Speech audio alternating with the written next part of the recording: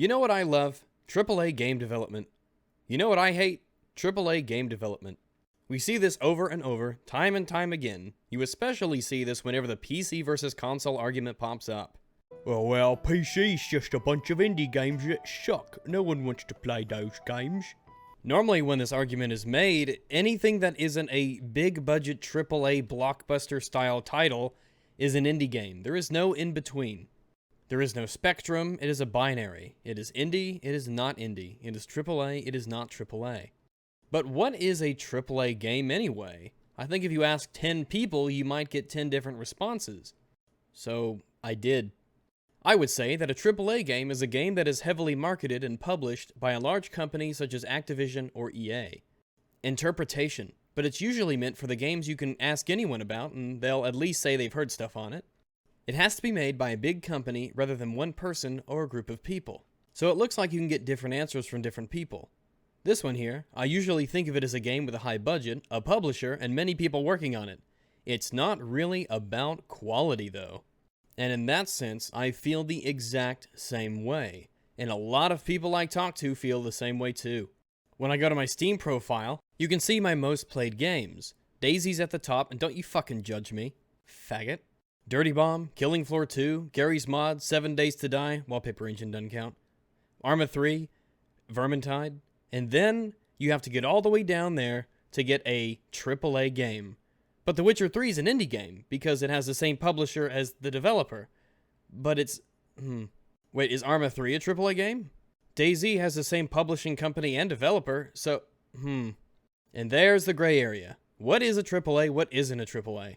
Most would probably consider The Witcher 3 to be a AAA game, even though, in technicality, it's an indie game. Same thing with Arma 3. And I think we can all agree that quality does not a AAA game make. Games like Mafia 3 or Mass Effect Andromeda. There are other games like ReCore and No Man's Sky, Ghost Recon Wildlands, Battlefront. I think we can all agree that these games are all AAA. And I don't have to get into the fiascos concerning No Man's Sky and Mass Effect Andromeda. The other games have middling to pathetic review scores. Despite their budgets, despite all the man-hours and work poured into them. There are plenty, however, of good AAA games that I think are excellent. Overwatch comes to mind first and foremost. There are some of the Battlefield titles which have been excellent. There was Grand Theft Auto 5 and pretty much anything Rockstar does. Metal Gear Solid 5, Fallout New Vegas, Doom, Borderlands 2, Dishonored 2, Resident Evil 4 if we want to go back a bit.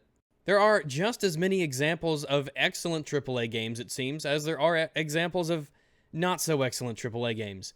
But nowadays it seems like they have a negative connotation to them. At least they do to me. When someone says, hey, there's a new AAA game coming out, I just can't be fucked. Which is unusual for me. Because, I really like cock. Recent releases like Bayonetta and Resident Evil 7, there's Battlefield 1, and there's Nier Automata. All these games are good. But what's really strange is that if you were to put a game up like Vermintide or Killing Floor 2 or Enter the Gungeon or Divinity Original Sin, one might even think those are AAA games, even though they are not. In fact, I would say that a lot of these indie games that I play, a lot of these AA games that I play have much more character and love and care placed into them than these multi-million-dollar high-budget games do.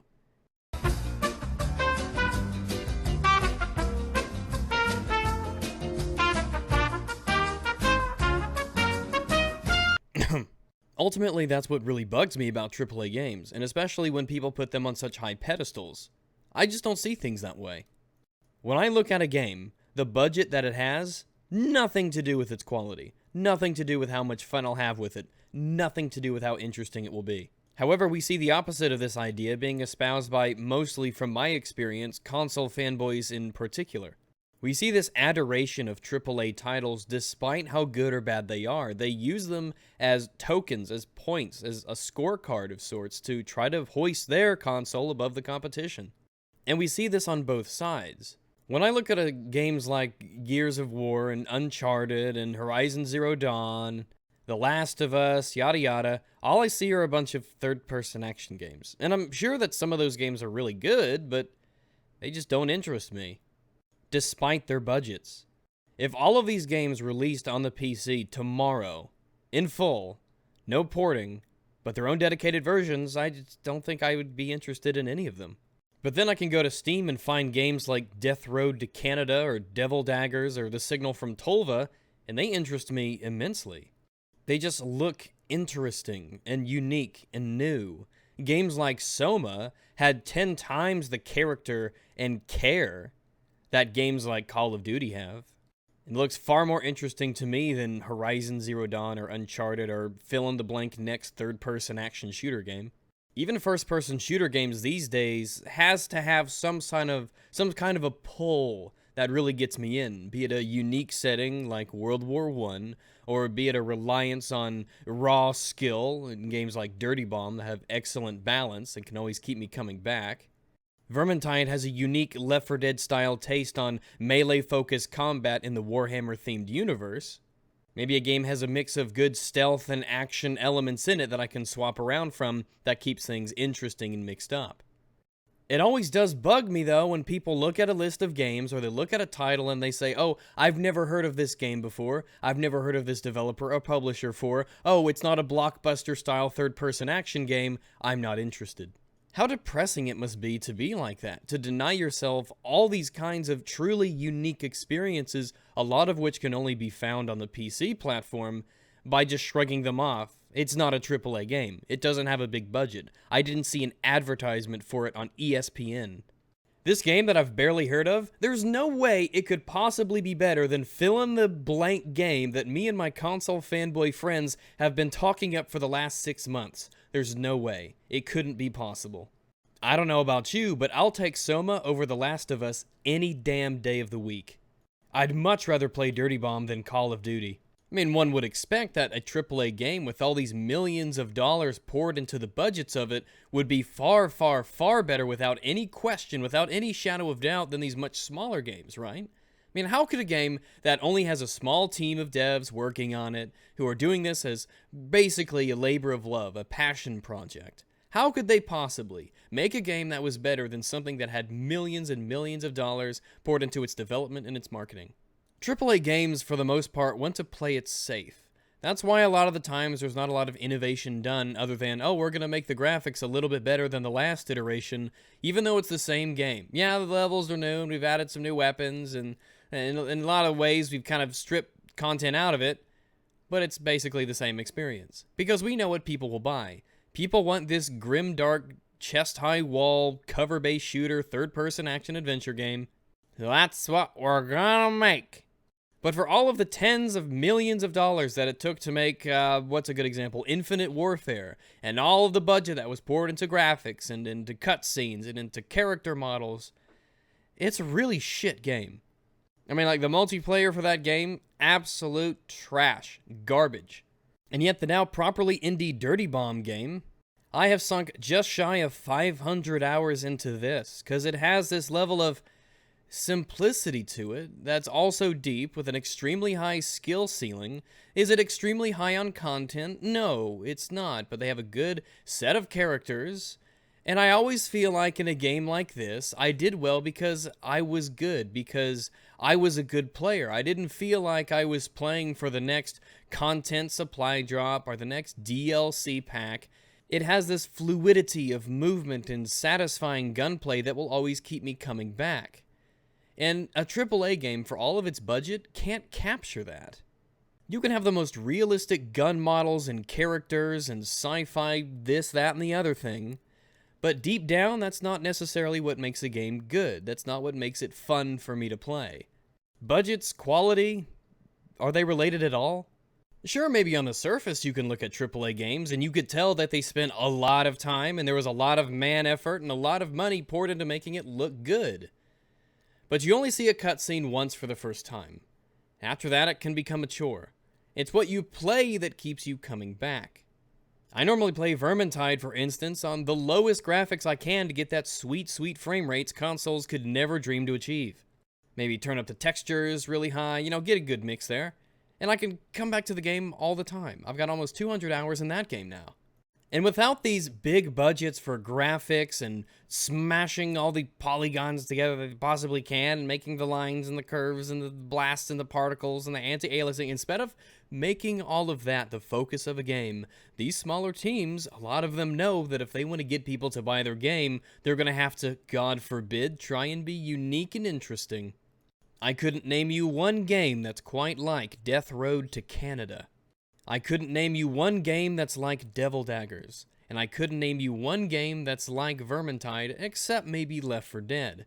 Though Vermintide takes a very unique twist on it that's obvious in everything the game has.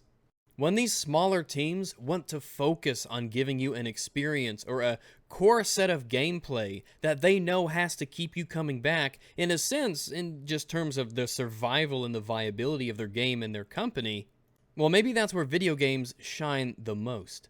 We hear all the time from the media and the news outlets and people who aren't gamers, they talk about Call of Duty this and Halo that because that's what they see, that's what they perceive.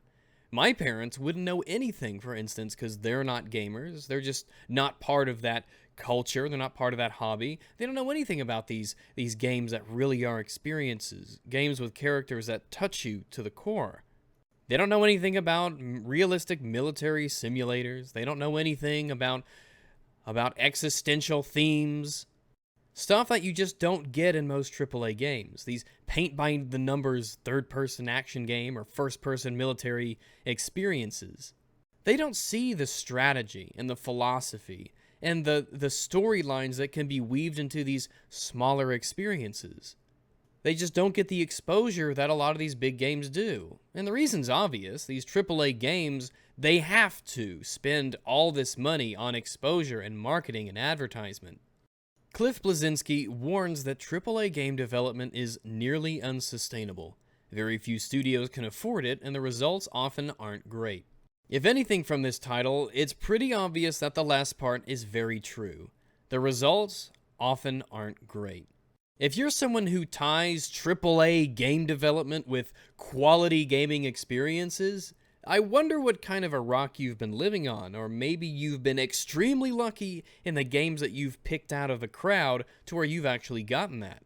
Being AAA doesn't mean shit to me other than I can expect it to maybe look good on the surface and be shallow beneath it. Games that are all flare and flash and fancy graphics, but really are just hollow. They don't have any real spirit. There's nothing underlying that makes it a great game. From the article, it's not an unfamiliar argument. Games development is hideously expensive, and the games themselves aren't cheap. $60 is still a lot of money to ask people for, and to ask them to make that bet multiple times per year? Gamers are picky. They're smart, he said. This is a nearly unsustainable model, unless you're an Activision, 2K, or a Sony. Now, I don't know about the whole gamers being smart stuff. I mean, how many times can you lie to a gamer's face with fake footage or downgrades or misrepresented trailers and they still eat it up? And look, the industry is basically built around a pre-order culture. I don't know how smart gamers really are, but let's not get too inflammatory. That naturally leads to imitation rather than innovation, as developers and publishers who can't afford a flop, all but the biggest and richest of them, in other words, aim for the safety of familiarity. To get away from that, he suggested smaller studios aim for what he called AA development. Games that look and play great, but pick their battles in terms of budget and marketing, and that are typically digital exclusive and or free to play, like Warframe, Rocket League, and Rust. These three games really are excellent examples because each one of them has its own appeal. There's something about these games that keep a healthy player base going. There's always a reason to come back to these games. They don't have the most complex designs, they don't have the fanciest graphics, but they have something that's acceptable for people. It doesn't look bad, and underneath it, there's something that really makes the game feel like there's nothing like it. Games can hook you on an idea, on a premise, and continually give you something worth coming back to, whether or not it's the skill-based gameplay of a shooter like Dirty Bomb, that's objective and team-based, or maybe the grindy sort of next gear sort of feel that you get from Warframe, or the never-ending team-building survival games like Rust and 7 Days to Die that you just don't get in AAA games. Games that a lot of AAA developers probably wouldn't make because in their minds, not a lot of people would buy them. It's strange that we don't see more of these attempts made at big budget games of this type coming from the Activisions, 2Ks, and Sonys. But I think Cliff gets it right here. That's why we see the same thing over and over and over. And a lot of these AAA games just lack character and substance and personality. One of the things, though, that really kills the game's ability to really draw you in and keep you invested in the game is the accessible nature that these games have to have. These games have to sell a lot of copies. In the end, that has to be the result. It could be one of the best games ever made. It could be gorgeous beyond words and measure. It could have an extremely riveting, deep storyline. It could be immersed in a lore and in a universe that is interesting. But if it doesn't sell copies, then it's a failure. One of the best recent examples of this is Titanfall 2, a game that is immensely fun in its multiplayer and absolutely stellar in its single player. The game launched, however, between Call of Duty and Battlefield 1, and some other titles as well. One of the worst times for a game to come out, especially a first-person shooter that's competing with these other, bigger, more well-known games. Unfortunately, even though the game was excellent, it had a very, very poor launch. It didn't get the sales it deserves, I think. Even though it has a very fair DLC model that doesn't require season passes and it doesn't split up the communities, it continues to get free updates. Even though the game is extremely fun, the multiplayer is challenging, it's full of things to unlock, it's graphically gorgeous, it just didn't get the sales that it was hoping to get. It didn't get the sales I wish this game got. But the multiplayer can be rather difficult, and it's easy to get, your butt kicked by players who just know more than you do. But take Battlefield 1, for instance, which sold much, much, much more than Titanfall 2 did, and you can see that the game definitely has elements in it that are meant to keep the game accessible to a wide variety of players. The game has battle packs you can buy, it has season passes, it has this map pack, it has stuff to buy. Sure, it will appeal to a lot of hardcore first-person shooter fans, but if you can capture the casual market at the same time, well, that's just, at the end of the day, more money in your pocket. Even though the game does suffer from having extremely easy-to-use weapons and a lot of cheap tactics that can help you win the day. But it probably has to. If it doesn't appeal to that broad audience, and gameplay negative aspects aside, it won't succeed as a game. Its budget is what it is. But let's go back to what I keep bringing up, Dirty Bomb. That's a AA game with a studio that cares about it. It just went indie. It got out of Nexon's clutches. But Dirty Bomb has a lot of great things going for it that can't necessarily be said about a lot of AAA shooters that compete with it. The game is very well balanced. The characters, the weapons, they all come together in a cohesive and understandable way. There's a big emphasis on teamwork, and in fact, it's practically necessary. The maps, while sadly few, are all very decent and don't get stale and old. It is a free-to-play game, but at the same time, it doesn't reward people who buy the game with any extra power. It is in every sense of the word, a fair, free-to-play game that is not pay to win. It's not accessible to everybody. Joining in the game, you'll get your ass beat time and time again until you learn the game. There's a very, very high skill gap, and you can always get better and better and better. And how you do in this game depends on your teamwork and how good you are aiming at enemy players before pretty much anything else. And that's what keeps me coming back to Dirty Bomb and not Call of Duty. Even Battlefield 1, I'm burnt out on already. I had, almost 1,500 hours in Battlefield 4, but I don't think I'll ever get there in Battlefield 1. There's just too many easy mode stuff. There's too much in the game that lends itself to being so accessible.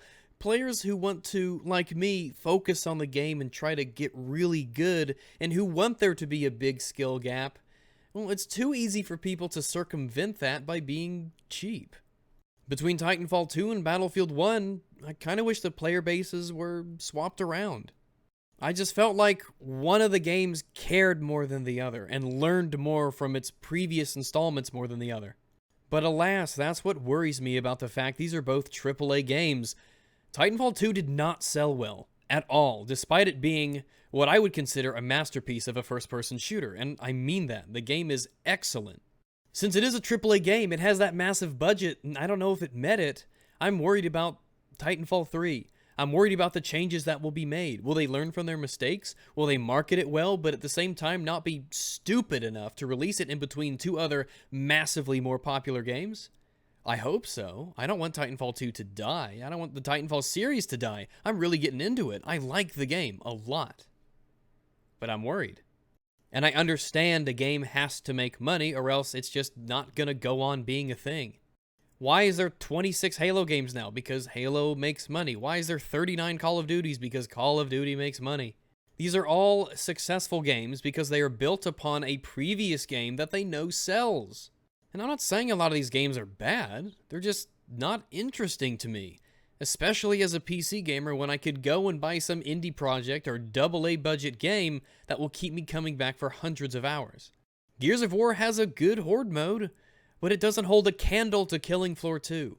And even between companies themselves, like take Bethesda for instance, you have the Fallout series, of which, of the games I've played, 3, New Vegas, and 4, I consider New Vegas to be the best of them all. A lot of the work in Fallout 4 went into how good it looked. And it wasn't a bad looking game. I never understood why people thought it looked bad. It doesn't. It's actually, I think, a very pretty game. It's extremely well designed. There was a lot of craftsmanship and work that went into capturing this 1950s Art Deco spaceman kind of vibe. But even though New Vegas was excellent and it was far more of an RPG, a lot of those elements were stripped out because as the budgets got bigger and they tried to appeal to more of an audience, well, it got watered down. A lot of what made it great was just removed or scrapped or it was neutered. As you've heard me say before, Fallout 4 is an ocean's worth of content with the depth of a mud puddle.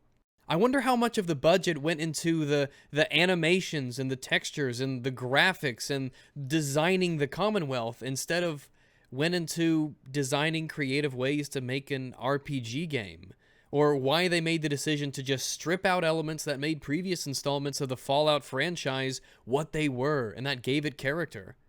Fallout 4 was absolutely a commercial success, and I'm glad it is, but I'm worried about Fallout 5. I'm worried about Elder Scrolls' next one.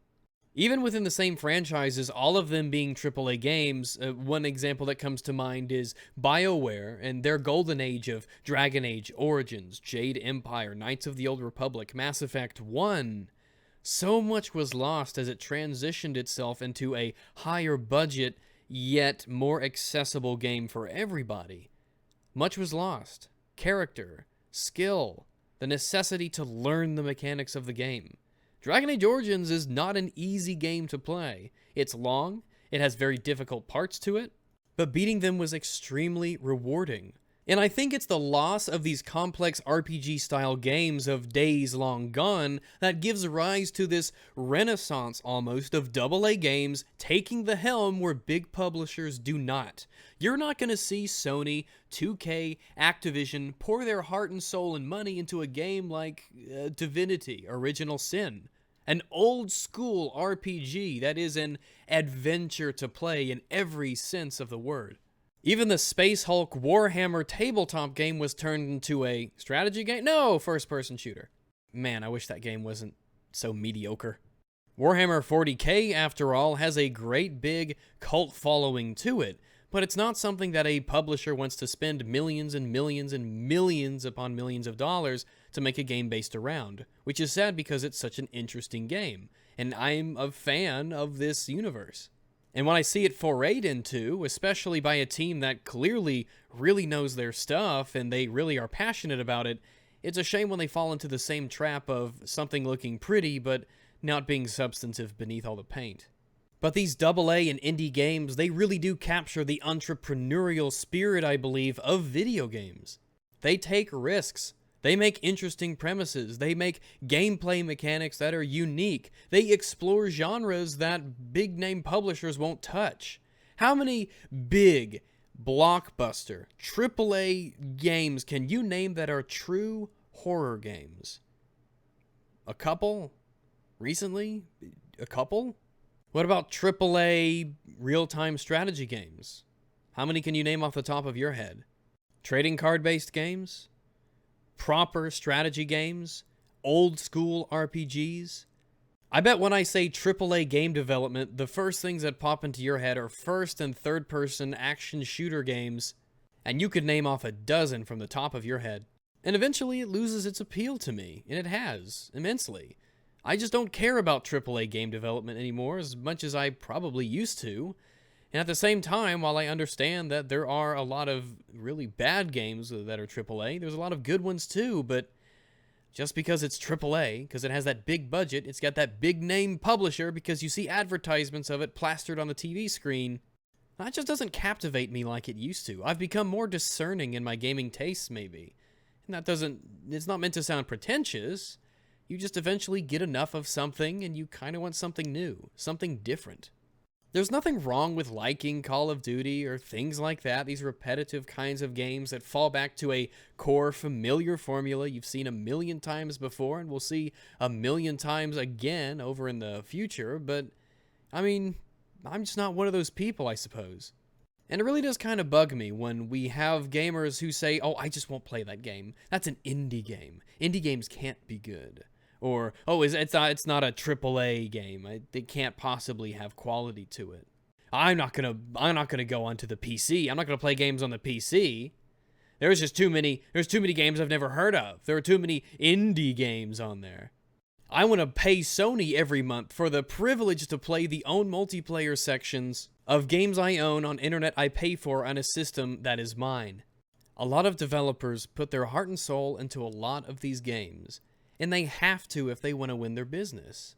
A lot of these games really try to offer something unique and interesting that keeps me and many other gamers coming back, because the makers of the games, they know they have to, for the survival of their company, for the survival of their title. When people say, I need a co-op game, I say Vermintide, Killing Floor 2. When they say I want a horror game, I say not Resident Evil, but Soma, Amnesia, The Dark Descent. So maybe the next time you hear about a game and you've never heard about it, give it a chance. Watch a video. Take a look. Because there's a lot of developers out there and a lot of games that deserve your money and deserve your attention far more than Activision and EA and Ubisoft does.